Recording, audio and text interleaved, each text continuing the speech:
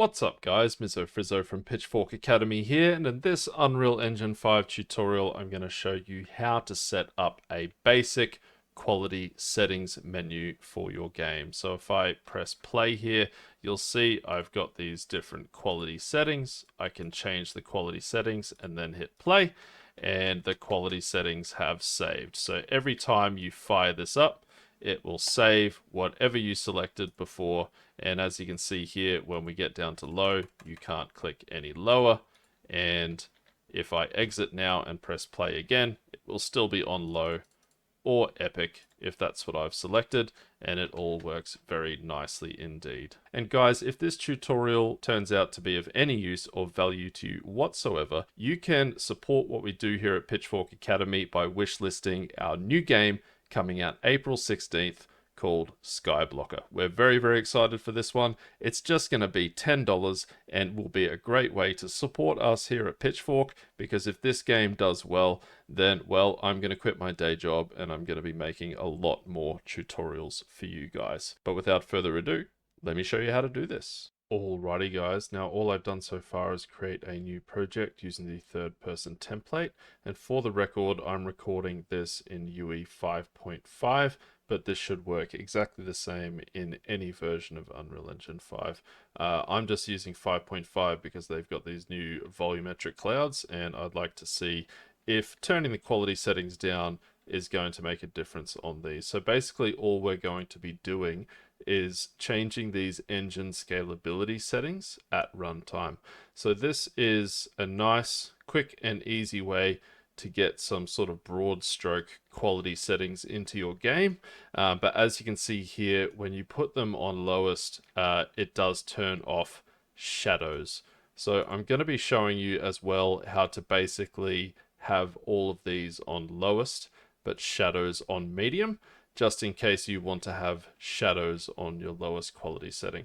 But the first thing I'm going to do is duplicate this level and use that duplicate as our menu level. So I'm just going to put this back to Epic, and I'm going to go to third person and maps. And this third person map here, I'm going to drag it to the content folder and just copy here. And then I'm going to go there and I'm going to rename this one to menu map and open it up.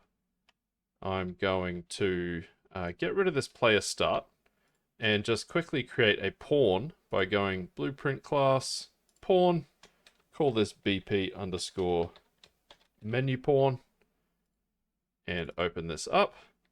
And I'm going to add a camera like so.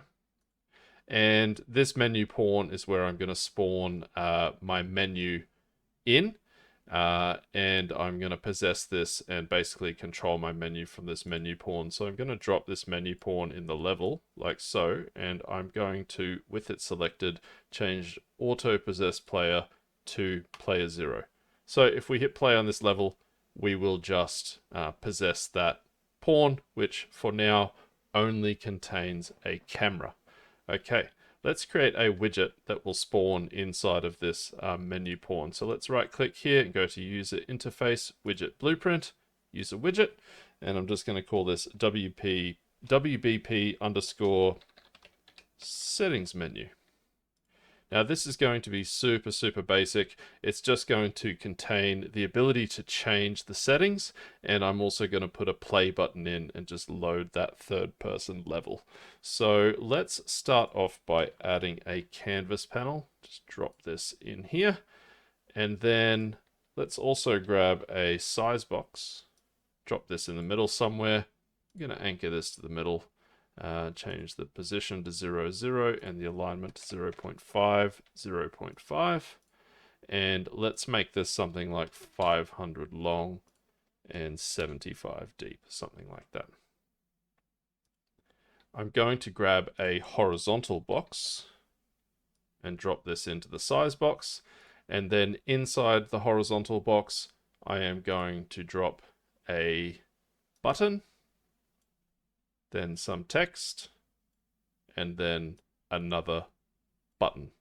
I'm going to select the text and I'm going to change the size to fill. I'm also going to center it vertically and horizontally. And I'm going to do the same with the buttons, center them vertically and horizontally because it just looks a little bit nicer. I'm also going to grab some text and drop some text onto each of these buttons. And then I'm going to select these. I'm going to change the left one to a less than and change the right one to a greater than, like so. Nice. I want to make sure that the buttons are variables. So with the buttons selected, check is variable in the details panel. They already are. And I'm also going to select the text block and make sure that is a variable as well, because we're going to change this. Let's also grab another button and put it maybe down here somewhere, anchor it to the bottom middle, and zero out the X, make the alignment 0.5. And I might make this something like 150 by 70 and drop some text onto that button. And this text will just say play. Nice. And this button as well has to be a variable, which buttons are variables by default. Nice. Okay. Let's head on over to the graph now and just move this event tick out of the way. We're not going to need that, but we're going to need a couple of variables. The first one will create an integer and we'll call it quality settings index. This will be an integer. And let's also duplicate that and call the other one quality settings text. And this is going to be a map. So drop this down in the details panel and change it to a map, and change the second variable in the map to text. So this is going to be a map with this quality setting index is going to act as our key to pull a certain value of text from this map. So if we compile now, we can add some default values to our quality settings text. And because it won't let me add another 0, we'll have to start at the highest number first, or at least just not 0. So I'm going to set this to 3 and make the value ultra, or whatever you want to name your highest quality setting. I'm going to add another one. This will be 2, and I'll call this one high. Add another one, call it 1, and this will be medium. And one more, and at 0, we'll make the quality low. So this is essentially just what the text right here will read when we set our scalability to low, medium, high, or epic. So this for us will be low, medium, high, or ultra. You know what? I'll just make this last one epic just to remove any confusion. That is literally what they call the scalability setting in Unreal Engine. So we'll just call it epic. Let's grab our buttons, which actually we should probably rename. So I'm going to rename this bottom button underscore play. I'll rename this one button underscore back. And I'll rename this one button underscore forward, so we know which one's which. And now I'm going to select button back and get this event on clicked, and also button forward on clicked. And let's start with button forward. What we're going to do is set our quality settings index as our quality settings index +1. So we're going to add 1 to it, and I'm just going to clamp this between 0 and 3. Plug this into the set node. And now I'm not going to plug this in just yet because we are going to add something right here, and that is to unhide these buttons right here. Because if we're on the lowest setting, I want this button to disappear so we can only click to the right. And if we click all the way over to epic on the right, we want this button to disappear so we can click no more to the right. We're clamping this value here, but it just looks a bit nicer. So with that in mind, when we click the forward button, we want to make sure that the back button is visible. So I'm going to get my button back, set visibility to visible. That just means if it was hidden, it will now be unhidden. Nice. So the next thing we want to do is actually set the scalability level, and we can do that with a node called getGameUserSettings.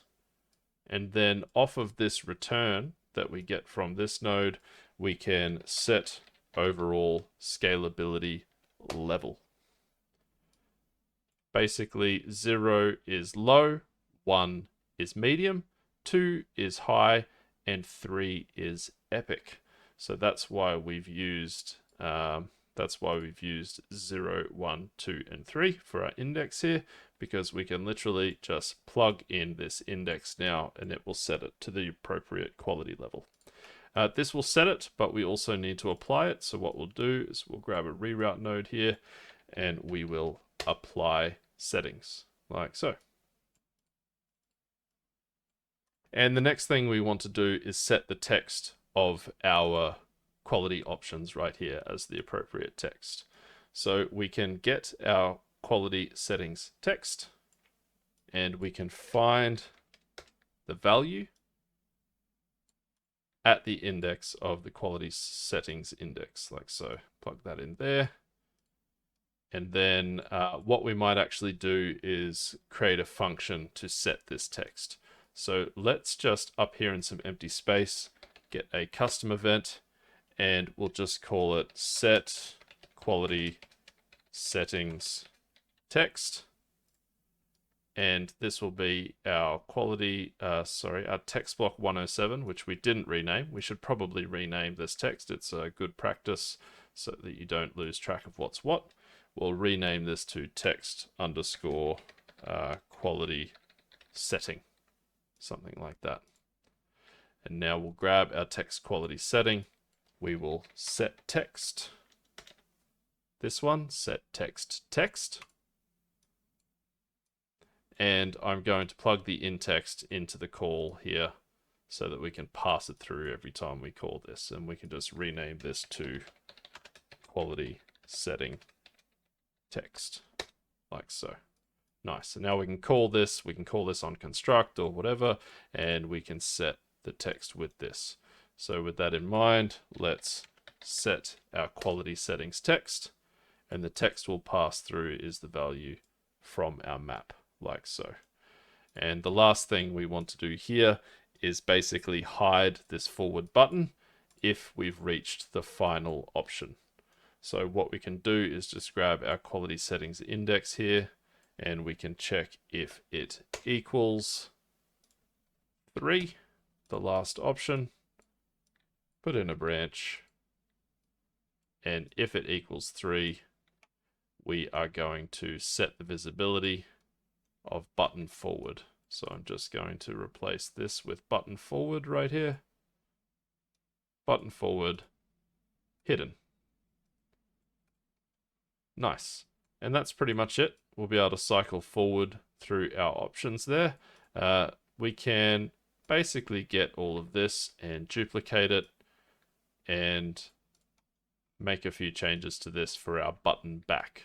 So obviously we want to swap this one with our button forward, so we can drag button forward onto there and swap that out.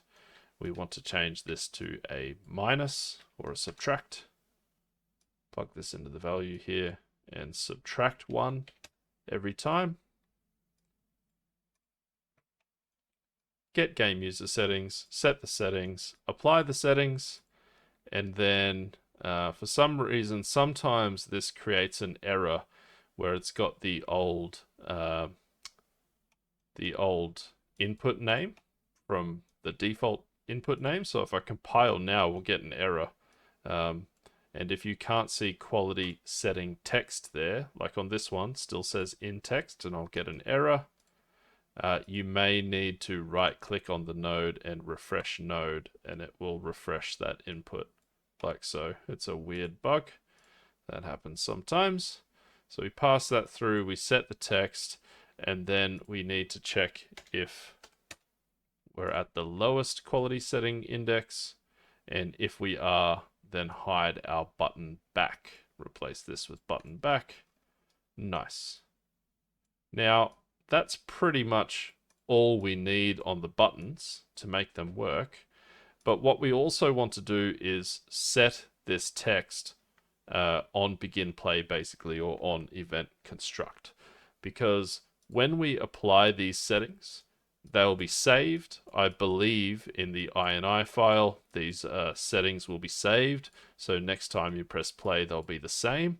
So we need to basically pull this game user settings, this overall scalability level, and set the text on construct. So what we'll do on event construct is get game user settings, and then we will get overall scalability level. We will use that to set our quality settings index, and we will use that index to find the value at that key, and then we will set the quality settings text and pass through that value. And then we also want to check if it's 0 or 3 and hide the appropriate button. So I'm going to grab all of these from the end here, can duplicate them up here, and I'll plug this in here. If it's 0, then we'll hide button back, and I'll plug the false into here, and if it's 3, we'll hide button forward. You could also just put a sequence here, plug 0 into that one, and plug 1 into this one, and I'll get rid of that one. Nice. That's pretty much working now. We just need to be able to see this widget and interact with it. So I'm going to spawn this widget in my menu pawn and basically set the input mode so that I can use it. So in the menu pawn on begin play, I will create widget. The widget I'm going to create is my WBP settings menu. Add this to the viewport. And also get player controller. Oops, get player controller. Set show mouse cursor to true. And set input mode UI only, with the widget in focus being my settings menu widget. Nice. And actually, I will want to set these back when I hit play. So let's just very quickly finish off this settings menu widget by essentially giving the ability to play another level or start the game. So I'm going to grab this show mouse cursor and get player controller and control C that, because I will need that. I'm going to paste it down here. I'm going to get my button play and click on clicked. And if we click button play, we are going to hide the mouse cursor. We're going to set input mode game only. And let's do open level by name. And I'm just going to find my third person map. In here, I'm going to control C the name, and then I'm going to paste that into my level name right here, third person map. Nice. So that should all be working now, unless I've forgotten something. If I press play on my menu map, you'll see it's on Epic and I can't go any more to the right. I can change this down and you can see the scalability settings changing. And by the way, anything below high will be lumen off. And that's why the lighting changes so much between medium high, because that is lumen off. And then low has no shadows at all. But I will show you how to switch shadows on your low setting. in case you want that, because there is a bit of a trick to it. And if I hit play, then I'm playing the third person map on that quality setting. And if I press Shift F1 to get my cursor back, I'm going to enter console command stat FPS to show my FPS. And it's capped at 120 right now because by default the editor is capped at 120, but we can uncap that by typing t.max FPS space something huge like 500. Now that's uncapped. I'm getting over 200 frames per second. Nice. And if I press escape and I press play again, you'll see this has saved, so the construction script is working correctly there. It's showing the correct text, it's hiding the button, and if we put this on Epic and hit play, you'll see it's back to the full graphics settings and I'm only getting about 80 or 90 FPS. If I press escape and press play, yes, it still says Epic and I still can't click to the right, so nice. This is working very well indeed. Now, what if you wanted to have shadows on your low setting? Well, it's a little bit tricky, and it does cause an issue with this current setup. And basically what that issue is that when you customize this scalability level, if you set something within it, let's have a look in here. Say, for example, the shadows to medium. Then that index will actually become -1. And I believe -1 is the index for custom setting. So all of these, if they're all set to the same thing, that's 0, 1, 2, 3. But if I put this at 0 and then I change shadows to medium, it will make it -1. So you just need to put some measures into your settings that sort of detect that. So let's do that now. Let's, what we need to do is just drag this stuff out like so. And what I'll do is check if the quality settings index is equal to 0. Put a branch in here. If it's equal to 0, then what I want to do is turn shadows on. And I can do that by just adding another reroute node here. And we can do set shadow quality. And we'll change the value to 1 instead of 0, which would be off. Plug this in like this. And if it's not equal to 0, then just apply like so. Nice. And we can do basically exactly the same down here. If this equals 0, turn shadows on. Else, just apply settings. But as I said, this will now make the index -1. So we need to do a couple more things in here. Namely, right here, when we get the overall scalability level, this will return -1 and set our quality settings index as -1. We do not want to do that. We want to just check if this equals -1.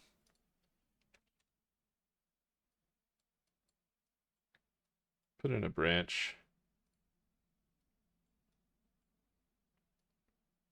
And if it equals -1, then we will set the quality settings index to 0, like so. And instead of plugging this in here, I will just get that index, pull it out like so. And we shouldn't have to change anything on our button logic because that just all uses our quality settings index. We're just making sure that if it's if when we load up it's at -1, it will be set to 0. And if we change it to 0, then shadow quality will be turned up to 1. And that, oh, we got an error. Hold on. What do we got here? Yeah, so I forgot to just plug that in. There we go. And now that should all be working. If it's on low, we've still got our shadows. Nice. And that will change performance a little bit, but I think a low setting without shadows is just a bit over the top. I mean, it depends on your game. If you've got a really, really heavy game and you want to really, really maximize what kinds of machines it can work on, you may want to turn shadows off. But for our game, we decided that the lowest quality setting should still have shadows because you still get quite a lot of performance. If I uncap the FPS again, you'll see I'm still, maybe I'll full screen it. At full screen, I'm still, getting over 200 frames per second mostly with shadows on. That is all we set out to do today, guys. Once again, if this tutorial has been of any use or value to you whatsoever, please hit like and subscribe, and while you're at it, go ahead and wishlist our new game coming out April 16th, Skyblocker on Steam. We're very, very proud of it. We think it's an absolute bargain for $10, and we think it's going to be a very fun game indeed. I will see you on the next one.